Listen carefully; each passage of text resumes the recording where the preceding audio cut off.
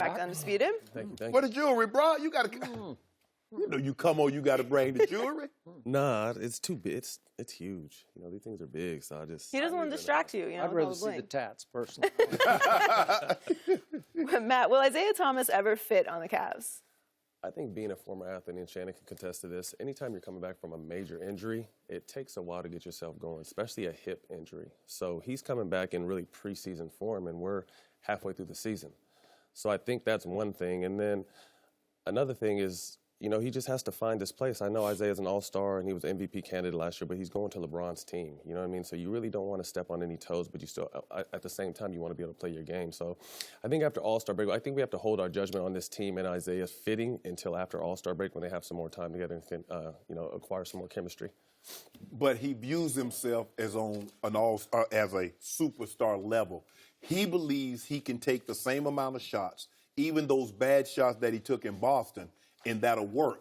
What he fails to realize is that he's compared to not what he did in Boston, but what Kyrie's doing now in Boston, because those were the two signature pieces that went in this deal. Right. Kyrie needs 40, he'll go get 40. Sometimes Kyrie only needs 20. Isaiah Thomas thinks that I got to get 30 every game, and he doesn't understand that if you're a bad defensive team, Matt, you know this. If you're a bad defensive team, bad shots and turnovers make you worse. And he's bringing that same mentality from what he had last year. He's 5'9", and if he doesn't score 28, what else can he give you?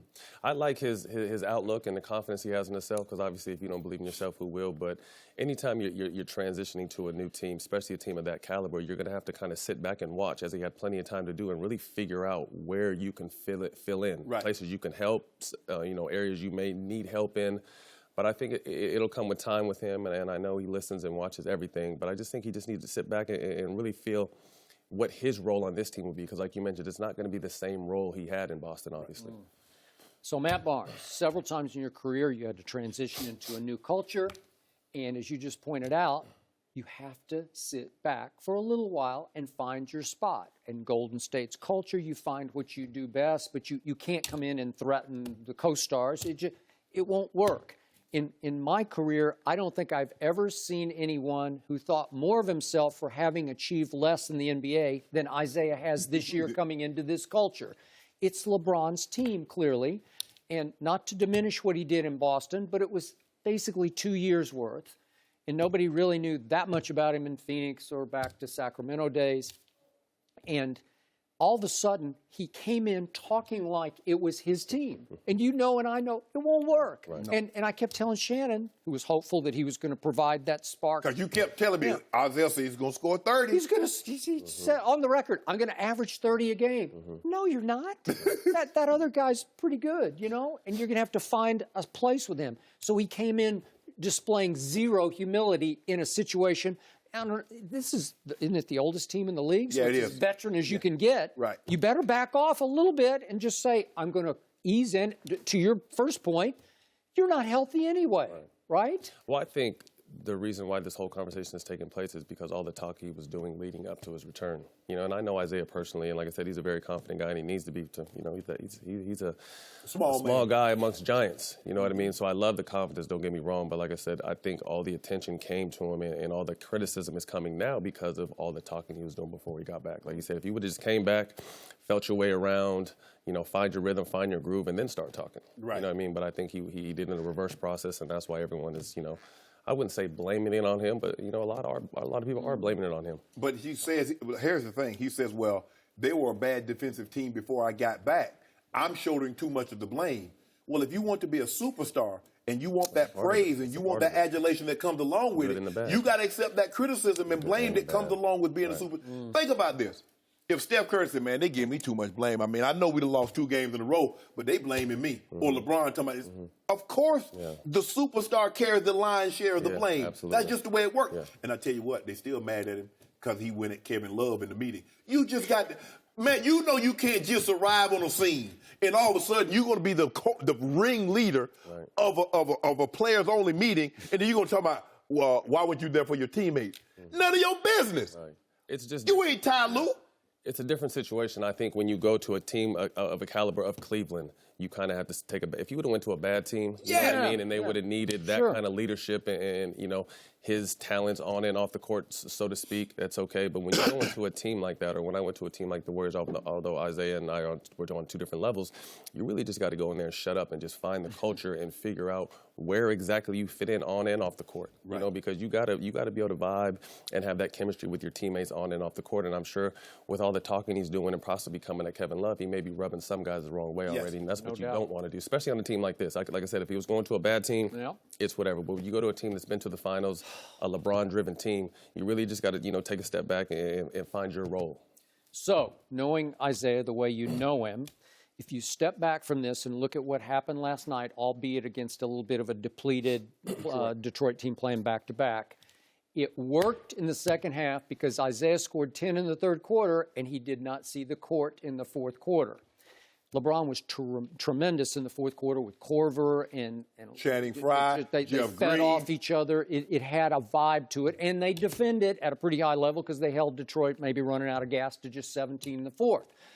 Tell us what you think Isaiah, how he will respond and react to not playing in fourth quarters. What if that's the new fix for this team?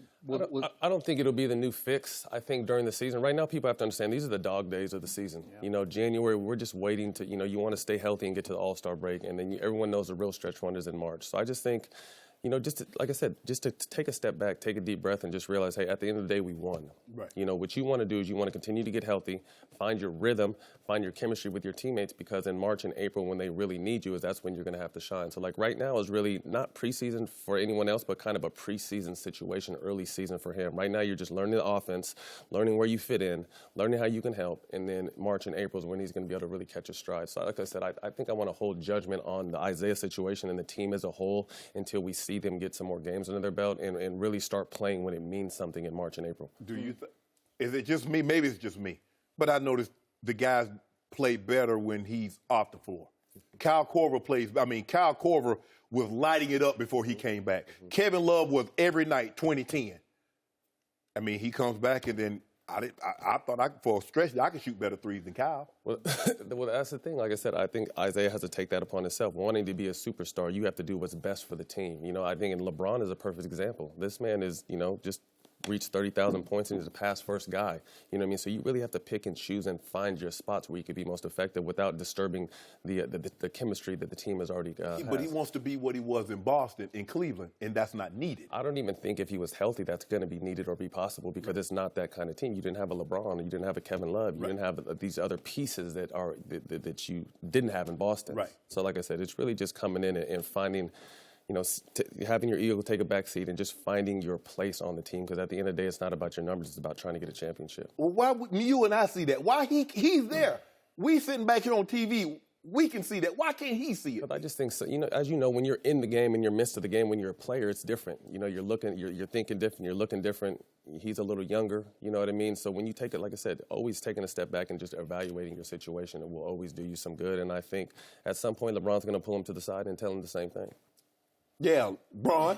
I'm waiting on you to do that, Bron. Call a team meeting and say, look here. Another team meeting? No, that was just him. It would just take him to dinner, you know, on the road. I ain't taking him to no dinner. I ain't taking him to no dinner. Because at the end of the day, if they have a chance to win a championship, they're going to need Isaiah Thomas to give them something. Matt. They lost Kyrie. Matt. So they're going to need something. Well, that's the Thomas. thing. Isaiah has to understand that he's going to be compared to Kyrie, not be compared to Isaiah in Boston. But he's not Kyrie, and that's the thing. He's Isaiah Thomas. You be the best Isaiah Thomas you can be, and you know, manipulate your game around what this team is already doing well. Thanks for watching. Subscribe here to get the latest from the show, and be sure to check out more of the best clips from Undisputed, or go watch a few segments from our other shows on FS1.